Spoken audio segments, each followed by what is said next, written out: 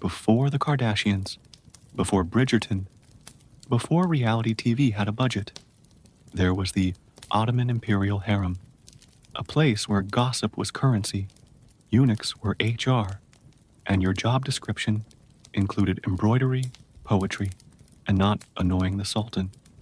Tonight, we drift into the perfumed corridors of Topkapi Palace, where one concubine's day unfolds with all the thrilling monotony of a royal nap.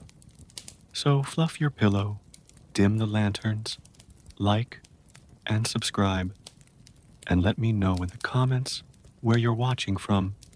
Preferably somewhere horizontal. The breakfast bell rang, not with urgency, but with the soft clink of a servant tapping a porcelain dish with a spoon made of indifference.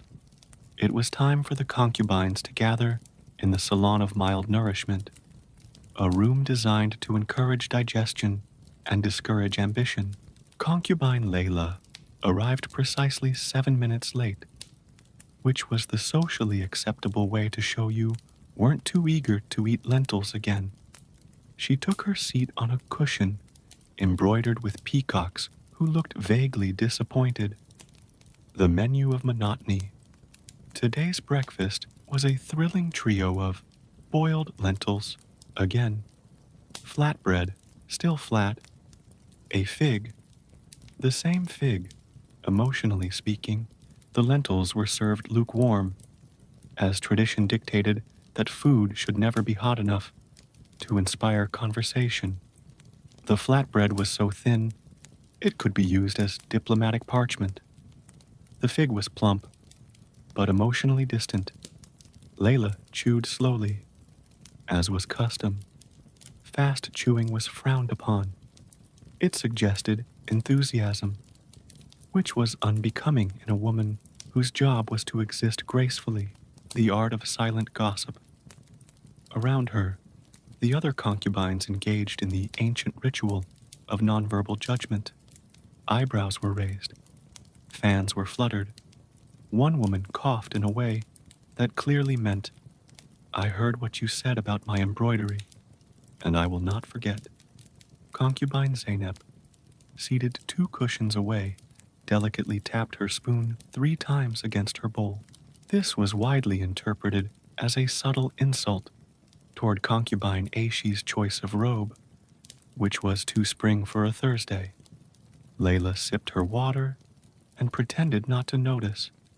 She was wearing Autumn Regret, a robe that said, "I'm here, but I'm not emotionally available." Did you know Ottoman concubines were trained in the art of fan language, a complex system of gestures that could convey everything from "I admire your poetry" to "Your perfume smells like boiled cabbage." The Sultan's breakfast, unseen, unbothered, somewhere in the palace, the Sultan was enjoying his own breakfast, likely a feast of roasted meats, honeyed pastries, and the sweet satisfaction of not having to embroider anything. The concubines were not invited unless summoned, which was rare and usually involved a lot of perfume and existential dread. Layla had once been summoned for breakfast. She had spent 3 hours choosing a robe, 2 hours practicing her smile, and 30 seconds in the Sultan's presence before being dismissed in favor of a particularly charismatic melon. She never looked at melons the same way again. The sun had barely committed to rising, casting a faint glow through the lattice windows of Topkapi Palace. Inside the harem, however, the real drama was unfolding, not in the throne room, not in the bathhouse, but in Wardrobe Chamber 7, where concubine Layla stood in front of her silk collection like a general surveying her troops. Today was robe day. Technically, every day was robe day. But this morning felt different. There was a rumor, passed along via eyebrow raises and strategically dropped hairpins, that the Sultan might stroll past the garden. Not visit, not speak, just stroll. and that meant being robe-ready. The robe dilemma. Layla's wardrobe was a monument to muted opulence. 47 robes, each more emotionally complex than the last. She had ceremonial taupe, too formal. Might imply she was trying too hard. Melancholy sand, a safe choice, but last worn by Zeynep during the infamous bracelet incident. Dusty apricot, bold, fruity, risky, morning mauve. Elegant, but might suggest she was grieving something, like her social relevance. She reached for whispering lilac, a robe that said, "I'm mysterious, but also available for embroidery commissions." Then paused. Was lilac too spring? Was she too winter? Was the Sultan allergic to lilac? Fatma, her handmaid, stood nearby holding a tray of hairpins and emotional support tea. Perhaps subtle plum, Fatma offered, with the tone of someone who had seen this movie 300 times and knew it ended with melancholy sand anyway. Layla sighed. I want to look like I might be chosen, but also like I wouldn't mind if I weren't. Fatma nodded. So, beige? The politics of fabric. Choosing a robe wasn't just about fashion. It was about survival. Too bright, and you risked being noticed by the Sultan's mother, who had strong opinions about citrus tones. Too dull, and you faded into the background, where Zeynep would inevitably steal your cushion. There were also robe rivalries. Concubine AC had recently worn blushing almond 3 days in a row, which was considered a declaration of war. Concubine Nigar had debuted Stormy Lavender at the poetry recital, causing 3 faintings and 1 diplomatic incident with the Embroidery Guild. Layla finally settled on muted rose, a robe that whispered, I'm here, I'm elegant, and I might write a haiku about you later. Did you know? Ottoman silk was so finely woven that a single robe could take 3 months to complete and 5 seconds to be judged by another concubine, accessorizing with anxiety. With the robe selected, it was time for accessories. Layla chose a silver hairpin shaped like a tulip, symbolic, but not too poetic. A sash embroidered with clouds, to match the ceiling she stared at every morning. Slippers in emotional pearl, a shade invented by concubines to express vague disappointment. She looked in the mirror. She looked fine. Which was the goal? Looking stunning was dangerous. Looking forgettable was tragic. Looking fine was strategic. The morning sun filtered through the lattice windows like a polite guest, present, but not intrusive. In the salon of refined idleness, a dozen concubines sat cross-legged on embroidered cushions, their expressions hovering somewhere between serene and mildly bored. This was lesson hour, a daily ritual designed to cultivate the skills of a perfect Ottoman woman, elegant, educated, and strategically unambitious. Concubine Layla adjusted her robe, muted rose, still holding strong, and prepared for another thrilling installment of poetry, embroidery, and emotional containment.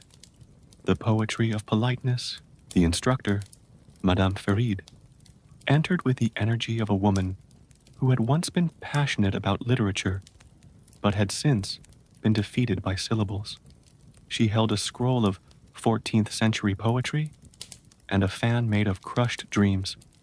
Today, she announced, we shall study the metaphor of the tulip as a symbol of restrained longing. Layla blinked slowly. Tulips again. Madame Farid read aloud. O tulip, thou art crimson with the ache of unspoken desire, yet rooted, silent, and doomed to bloom beneath bureaucracy. The concubines nodded in unison, as if the poem had personally insulted them. Embroidery, the sport of stillness. Next came embroidery, a skill that required patience, precision, and the ability to pretend you weren't slowly unraveling inside. Layla selected a hoop and began stitching a cloud. Not a dramatic cloud, just a regular one, the kind that floats above your dreams and occasionally rains on your ambitions. Concubine Aish was embroidering a peacock. Concubine Zainab was embroidering a dagger disguised as a flower. Concubine Nigar was embroidering the word meh in cursive. Madame Ferid walked among them, offering feedback like, "Lovely tension in your thread. Your cloud looks emotionally balanced. That peacock seems passive-aggressive. Good. Did you know? Concubines were expected to master embroidery, not just as a hobby, but as a form of silent communication. A crooked stitch could mean, I'm annoyed. A perfect tulip could mean, I'm plotting. Music and the art of not dancing.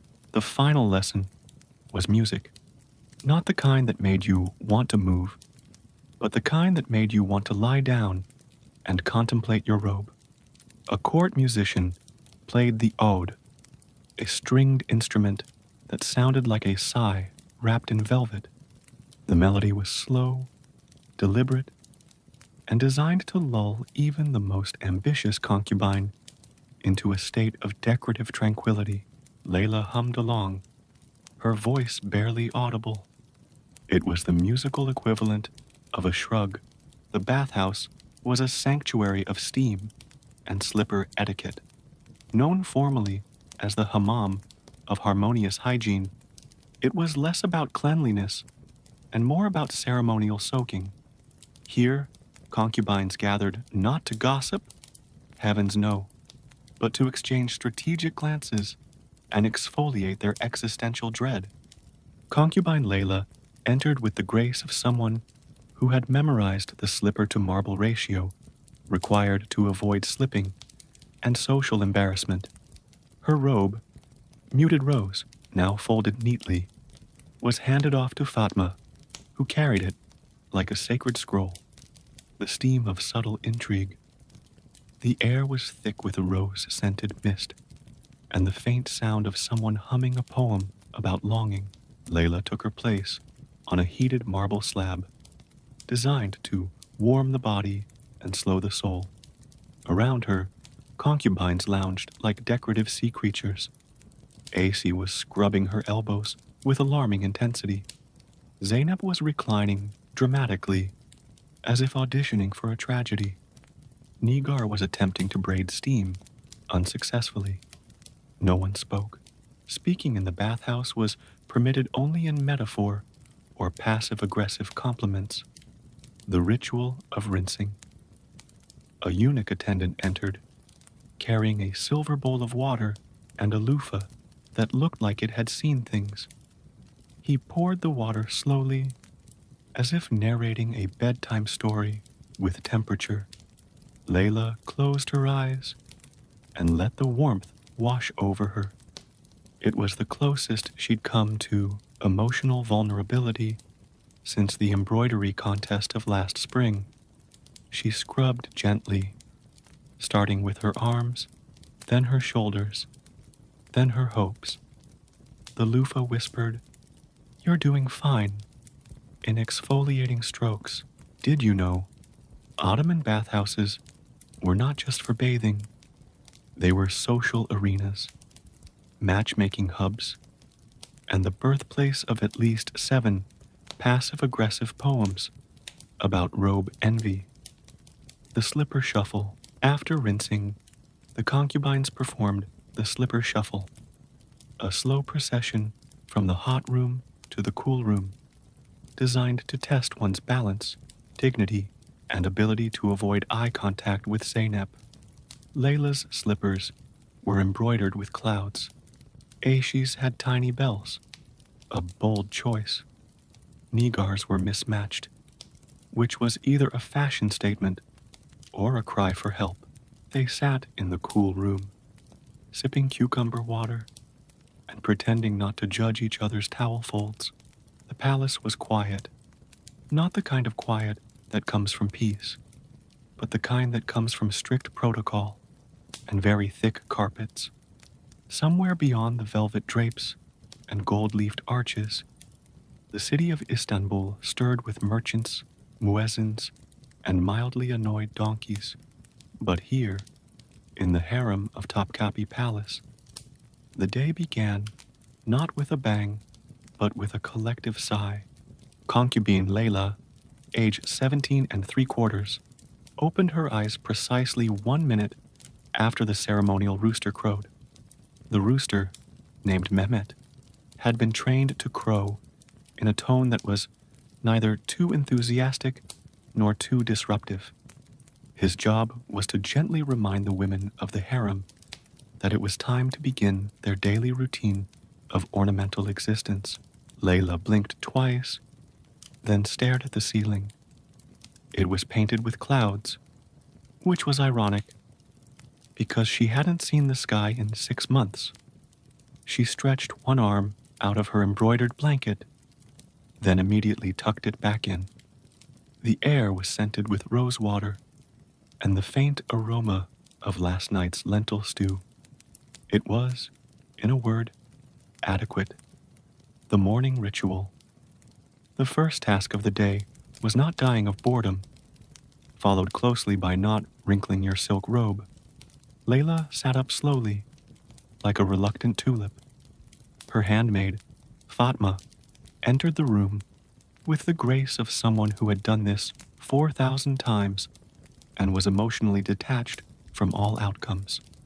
"Good morning, my lady," Fatma said, in a voice that sounded like a lullaby wrapped in bureaucracy. "Is it?" Layla replied, already regretting the emotional investment. Fatma presented a tray with 3 figs, 1 slice of flatbread, and a cup of water infused with cucumber and existential dread. Layla nibbled politely, as was expected. The figs were sweet, the bread was dry, and the water tasted like someone had whispered the word cucumber near it. Dressing for disinterest, next came the robe selection, a process that involved choosing a garment that said, "I am beautiful, but not threatening. I am available, but not desperate. I am here, but I could vanish at any moment." Layla stared at her wardrobe. There were 47 robes, all in shades of beige. She reached for one labeled ceremonial taupe, then reconsidered. Too festive. She settled on melancholy sand, which paired nicely with her mood and the general vibe of the Ottoman bureaucracy. Fatma helped her into the robe with the precision of a woman folding a diplomatic treaty. Layla's hair was brushed 100 times, not for beauty, but because someone once said it was good for circulation, and now it was law. Did you know?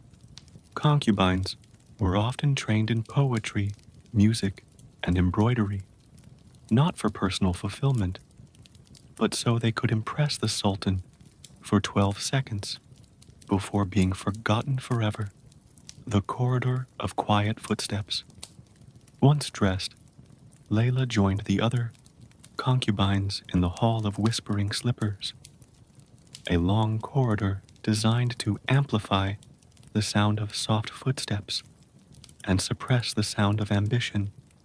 The women walked in single file, like elegant ducks, toward the morning assembly. No one spoke. Speaking was reserved for poetry recitals, passive-aggressive compliments, and the occasional scandal involving a misplaced hairpin. Layla glanced at concubine Zainab, who had once been summoned by the Sultan and returned with a new bracelet and a 1,000-yard stare. Zainab nodded. Layla nodded back. It was the most emotionally charged interaction of the week.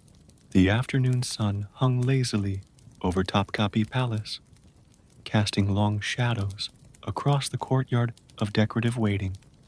It was the hour of possibility, the time when the Sultan might, theoretically, summon a concubine for conversation, poetry, or the ceremonial act of being mildly impressed.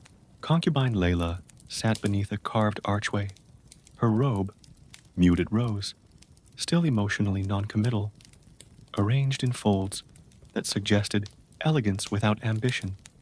Around her, the other women subtly adjusted their posture, perfume levels, and emotional availability.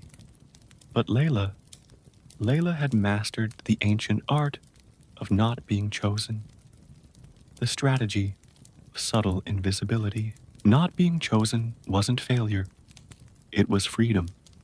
It meant no awkward poetry recitals, no pressure to look interested in melon metaphors, no risk of being gifted a bracelet that came with expectations Layla had perfected, the look that said, "I am lovely, but not today." She sat with her hands folded, her gaze soft, and her aura tuned to background elegance. Nearby, Aishi was reciting a poem about longing. Zainab was humming dramatically. Nigar was holding a book upside down, which was either a metaphor or a mistake. Layla sipped her rose water and exhaled. She was invisible. She was safe. She was thriving in obscurity. Did you know? Concubines often developed subtle techniques to avoid being chosen, including wearing emotionally neutral colors, quoting obscure poetry, and pretending to be deeply invested in embroidery. The Sultan's whisper, a eunuch entered. He held a scroll. The room tensed. "The Sultan requests," he began, pausing for a dramatic effect. Layla held her breath. "Concubine Zainab." Zainab gasped, stood, and adjusted her sash with theatrical flair. The other concubines murmured compliments that sounded suspiciously like condolences. Layla smiled politely. Inside, she felt a wave of relief wash over her like warm bathhouse steam. She had not been chosen. Again. Perfect. The hallway smelled faintly of rosewater, sandalwood, and administrative tension. It was time for the eunuch parade, a daily procession of the palace's most mysterious figures. Men who were neither quite servants nor quite guards, but something in between. Keepers of order, secrets, and the Sultan's schedule. Concubine Layla adjusted her sash, muted rose, still emotionally appropriate, and took her place beside the other women in the gallery of graceful observation, a room specifically designed for watching things without participating. The parade begins. The eunuchs entered in single file, their robes crisp, their expressions unreadable. Each carried something symbolic. One held a scroll, probably blank, but it looked important.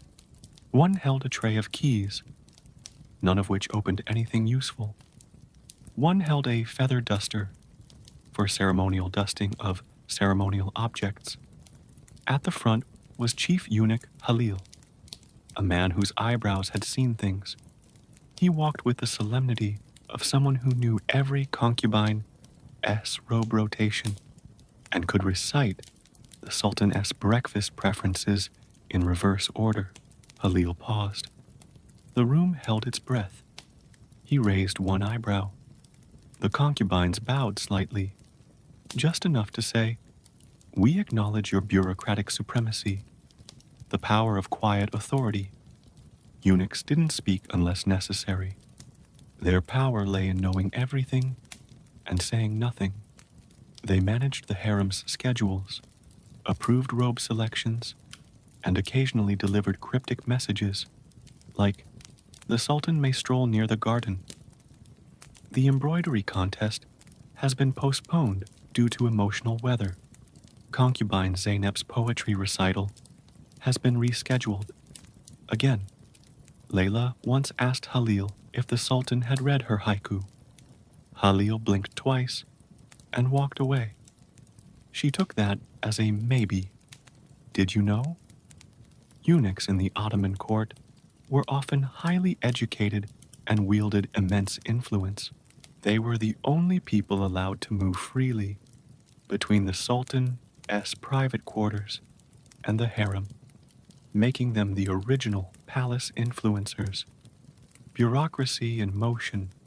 As the parade continued, the eunuchs distributed scrolls, adjusted cushions, and inspected the lanterns for flicker compliance. One eunuch gently repositioned a vase that had been deemed too assertive. Another made a note about concubine Aishi's slippers being audibly enthusiastic. Layla watched with admiration. These were men who could rearrange a fruit bowl and destabilize a social hierarchy. The sun dipped behind the palace walls like a tired bureaucrat clocking out. In the hall of mild nourishment, concubines gathered for the evening meal, a ritual less about sustenance and more about ceremonial chewing. Concubine Layla entered with her usual grace. Robe, muted rose, now slightly creased from strategic lounging, flowing behind her like a sigh. She took her seat on cushion number 7, which had recently been declared emotionally neutral by the eunuch in charge of seating arrangements. The menu of monotony dinner was served on silver trays, each portion arranged with the precision of a diplomatic treaty. Tonight's offerings included boiled lentils, again, but with a hint of cumin, scandalous, flatbread, still flat, now slightly warmer, pickled turnip, the rebellious cousin of the fig, rosewater, served in cups so delicate they could file a grievance. Layla chewed slowly, as was custom. Fast chewing was frowned upon. It suggested enthusiasm, which was unbecoming in a woman whose job was to exist gracefully. The silence of social strategy. Conversation during dinner was discouraged, unless it was whispered poetic, passive-aggressive. Concubine Aish coughed in a way that clearly meant, "I see you wore muted rose again." Zainab tapped her spoon twice, which translated to, "Your lentils look smug." Nigar blinked dramatically, possibly in Morse code. Layla sipped her rose water and stared at her turnip. It stared back. Did you know? Ottoman concubines were trained to eat with elegance, using gestures that conveyed emotion. A tilted spoon meant, "I'm content." A dropped napkin meant, "I'm plotting." A second helping meant, "I've given up." The Sultan's supper, unseen, unbothered. Somewhere in the palace, the Sultan was enjoying his own feast, likely involving roasted meats, honeyed pastries, and the sweet satisfaction of not having to decode spoon taps. The concubines were not invited unless summoned, which was rare and usually involved a robe change, a poetry recital, and a deep existential sigh. Layla had once been summoned for dinner. She spent 3 hours preparing, 2 hours waiting, and 15 minutes watching the Sultan eat a melon with philosophical intensity. She never looked at melons the same way again. The lanterns flickered. The rosewater had been sipped. The lentils had been emotionally processed. It was time for the final communal act of the evening. The concubine choir, in the hall of harmonious whispers. Concubines gathered in a semicircle, robes flowing, expressions serene, voices tuned to softly tragic. The choir was not meant to entertain. It was meant to soothe the palace into submission. Concubine Layla took her place in the second row, close enough to be seen, far enough to avoid solos. Her robe, muted rose, now paired with slippers, in emotional pearl, rustled politely as she sat. The repertoire of regret Tonight's selections included O Tulip of My Tuesday Longing, The Moon Has Opinions, My Heart is a Decorative Vase, Please Don't Knock It Over. Each song was written in the traditional style, vague metaphors, slow tempo, and lyrics that could be interpreted as either romantic yearning or mild indigestion. The choir began, O tulip, thou art crimson with sighs, rooted in silence beneath velvet skies. Layla sang softly, her voice blending into the collective hum of ornamental despair. Zainab sang louder, possibly auditioning for a solo. Aishi harmonized with herself. Nigar mouthed the words while pretending to cry. Did you know? The concubine choir was originally created to lull the Sultan's pet parrot to sleep. The parrot eventually left the palace, but the tradition remained. The solo nobody wanted. Midway through the performance, Madame Faride, choir director and emotional referee, gestured toward Layla. Concubine Layla, she whispered, a solo. Layla blinked. She had not prepared. She had not warmed up. She had not emotionally consented. She stood, adjusted her sash, and sang, My robe is beige. My dreams are soft. I stitched a cloud. It flew aloft. The room was silent. A lantern flickered. A eunuch coughed. Madame Farida nodded. Layla sat down, unsure if she had just been promoted or politely punished. The palace was hushed, wrapped in the velvet quiet of post-choir contemplation. In the chamber of decorative correspondence, concubines gathered to write letters they would never send, an exercise in emotional embroidery, performed with quills and scented ink. Concubine Layla sat at her writing desk, robe, muted rose, now paired with a sash in whispering lilac, flowing around her like a well-behaved metaphor. Before her lay a scroll of parchment, a silver quill, and a vial of jasmine-infused ink, a scent chosen for its ability to evoke longing without commitment. The purpose of unsent. The letters were not meant for delivery. They were meant for practicing poetic restraint, processing palace politics, pretending someone might care. Layla dipped her quill and began, to the Sultan, or perhaps to the moon. I stitched a cloud today. It resembled you, not in shape, but in distance. She paused. Was that too bold? Should she change moon to lantern? She added a footnote. Metaphor, subject to revision. Did you know? Scented ink was a luxury reserved for high-ranking concubines. The most popular scents were jasmine for longing, rose for regret, and cucumber for bureaucratic clarity. Letters to no one around her, other concubines wrote, with varying degrees of emotional investment. She wrote to a fig she once saw in the garden. Zainab wrote to the Sultan's shadow. Nigar wrote to herself, then edited it out of spite. Fatma, ever discreet, passed by with a tray of sealing wax and emotional detachment.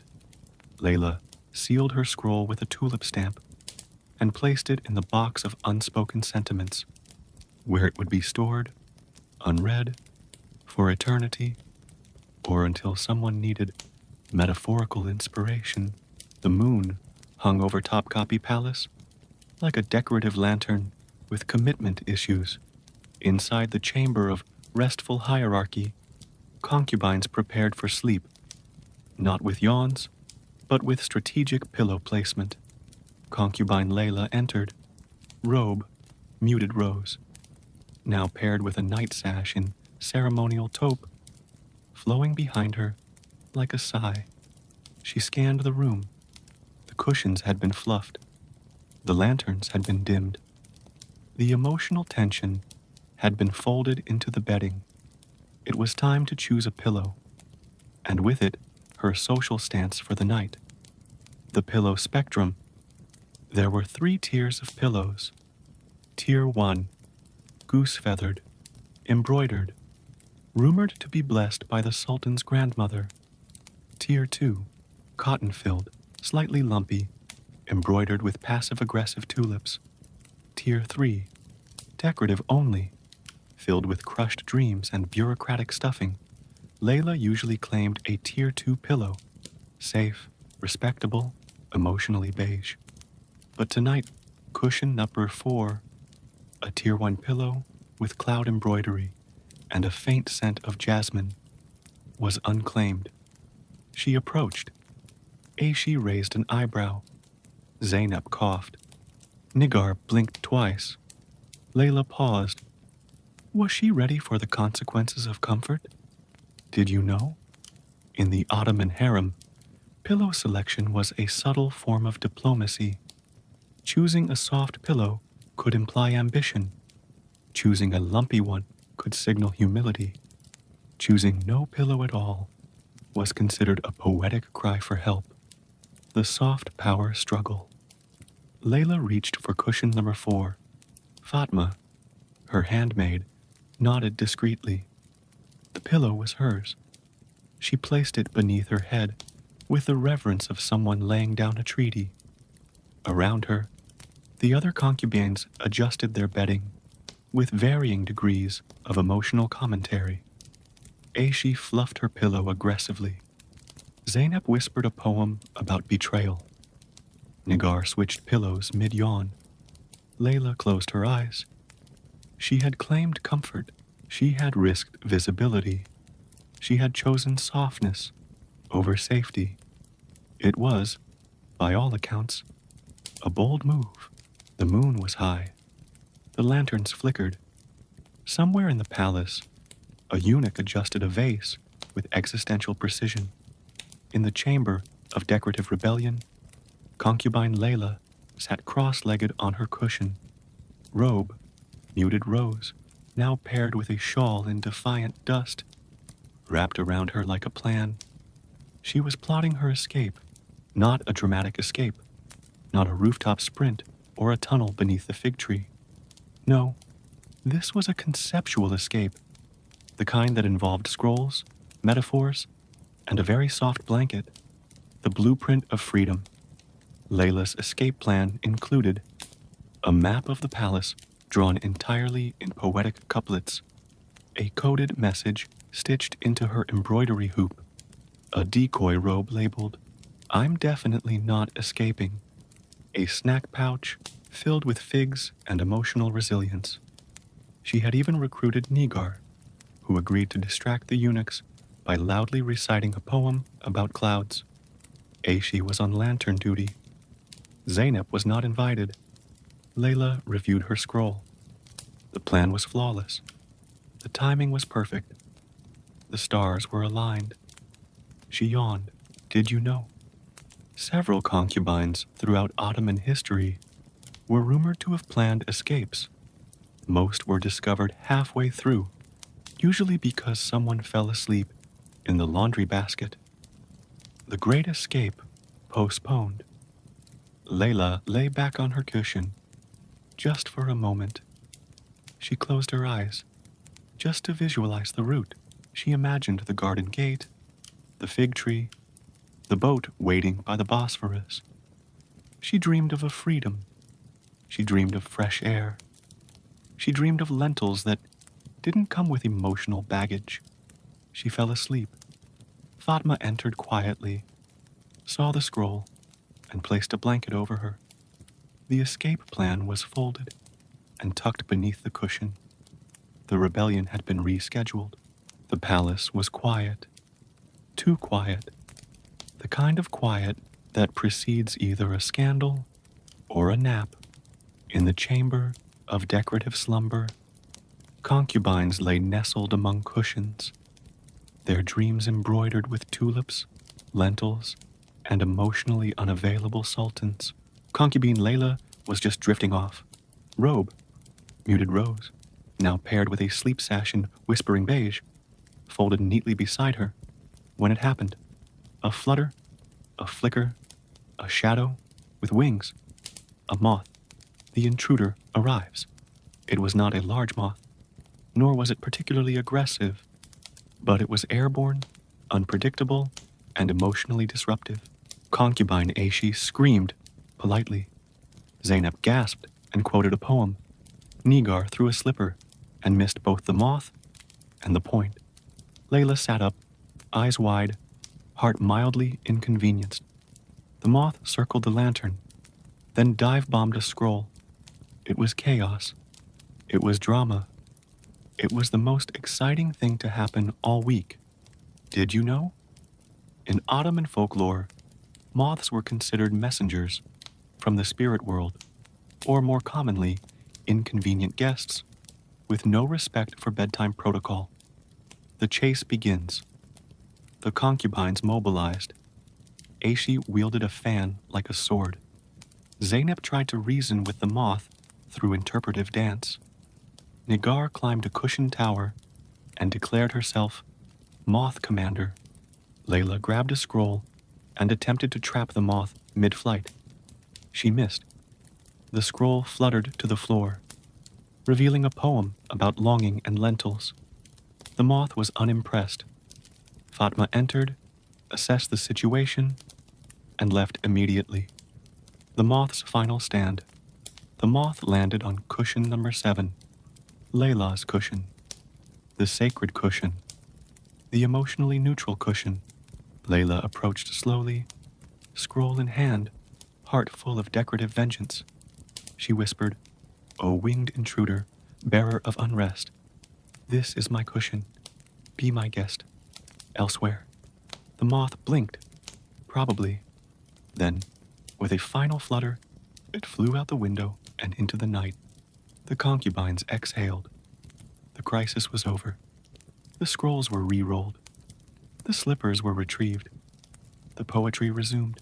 As twilight tiptoed across the palace, the courtyard of decorative illumination came alive, not with excitement, but with the soft rustle of silk and the faint clink of brass lanterns. It was time for the lantern lighting ceremony, a nightly ritual designed to honor tradition, discourage chaos, and gently remind everyone that nothing dramatic was going to happen. Concubine Layla arrived with her robe, muted rose, now slightly scented with bathhouse steam, and her lantern, a modest brass vessel engraved with tulips and emotional restraint. The ceremony begins. The concubines gathered in a semicircle, each holding a lantern and a look of ceremonial anticipation. A eunuch stepped forward with the flame of mild significance, lit from a candle that had been blessed by someone vaguely important. One by one, the concubines approached. Aishi lit her lantern with a flourish, then bowed to the fig tree. Zainab lit hers while reciting a poem about shadows and disappointment. Nigar dropped hers, then claimed it was a metaphor. Layla stepped forward, held her lantern steady, and whispered the traditional phrase, "May this light guide me to nothing in particular." The flame flickered. The moment passed. She bowed to the fig tree, just in case. Did you know? The lantern lighting ceremony was originally created to honor the Sultan's grandmother, who once declared, "I like light, but not too much." It has remained a cornerstone of Ottoman ambience management ever since. The glow of decorative purpose. Once lit, the lanterns were placed along the courtyard's edge, creating a soft, flickering path that led nowhere in particular. The concubines sat nearby, sipping rosewater and pretending to reflect. Layla stared at her lantern. It glowed gently, like a compliment from someone who doesn't know your name. She felt peaceful. She felt present. She felt strategically illuminated. Zainab leaned over and whispered, "Your lantern looks contemplative." Layla smiled. "It's thinking about lentils." The palace was quiet, the kind of quiet that follows a moth chase and precedes a collective nap. In the corridor of decorative transitions, a single object lay abandoned. A slipper. Not just any slipper. It was embroidered with tulips, lined with goose feathers, and scented faintly with rosewater and regret. It was a tear-wine slipper, the kind reserved for concubines with emotional seniority and excellent posture. Concubine Layla spotted it first. She paused. She stared. She gasped. Politely. The investigation begins. The slipper was, facing east, suspicious, slightly scuffed, scandalous. Unaccompanied by its twin, tragic, Layla summoned Fatma, who summoned a eunuch, who summoned Madame Faride, who summoned a scroll. The slipper was officially declared out of context. Aishi claimed it wasn't hers. Zainab claimed it might be symbolic. Nigar claimed she saw it move on its own. Layla examined the embroidery. The tulips were stitched in a pattern known as whispering regret. That narrowed it down to 3 possible owners and 1 emotionally unstable cushion. Did you know? In the Ottoman harem, slippers were considered extensions of one's emotional identity. Losing one was equivalent to forgetting a metaphor, mid-poem. Theories and threads. The concubines gathered in the salon of speculative whispers to discuss, was it a message? Was it a mistake? Was it Zainab again? Aishi suggested it was a test from the Sultan. Zainab suggested it was a metaphor for abandonment. Nigar suggested it was cursed. Layla suggested they all go to sleep. The resolution, sort of, just before bedtime, Fatma returned with news. The slipper belonged to concubine Melik, who had misplaced it during the lantern lighting ceremony, while composing a haiku about shadows. Melike retrieved her slipper, thanked everyone for their emotional investment, and left. The concubines sighed. The mystery was solved. The drama was folded. The slipper was reunited. The stars blinked above Topkapi Palace, like sleepy bureaucrats clocking out. Inside the chamber of decorative closure, the concubines prepared for sleep, not with urgency, but with the slow grace of women who had spent the day mastering the art of ornamental existence. Concubine Layla lay on cushion number 7, robe, muted rose, now folded with ceremonial precision, tucked beside her. Her hair was braided in emotional cascade. Her slippers aligned with diplomatic symmetry. The lantern beside her flickered once, then settled into a soft glow. The day folded. It had been a full day of waking up with ceremonial sighs, eating lentils with strategic chewing, choosing robes with emotional nuance, avoiding the Sultan with poetic finesse, chasing moths, decoding slippers, and writing letters to no one. Layla had embroidered clouds, sung lullabies, and almost escaped. She had not been chosen, not been scandalized, and not been emotionally compromised. It was, by all accounts, a perfectly uneventful day. Did you know? The final yawn of the day was considered sacred in the Ottoman harem. It was believed to carry the weight of all unsaid poetry, unchosen robes, and unresolved slipper mysteries. As the palace settled into silence, Layla closed her eyes. Around her, the concubines snored softly, their dreams embroidered with tulips, scrolls, and emotionally neutral sultans. Fatma tiptoed in, adjusted a cushion, and whispered the traditional bedtime blessing. May your dreams be beige, your slippers aligned, and your scrolls remain unread. Layla smiled. She had lived another day in the harem, beautifully, boringly, and brilliantly. Good night from the harem. And so, dear listener, our tale ends. Not with drama, but with a sigh. Not with scandal, but with silk. Not with fireworks, but with flickering lanterns and the soft rustle of robes. Thank you for joining us in the perfumed corridors of Topkapi Palace, where every day is a slow-motion ballet of beauty and bureaucracy. Now close your eyes, fluff your pillow, and let the tulips tuck you in. Good night.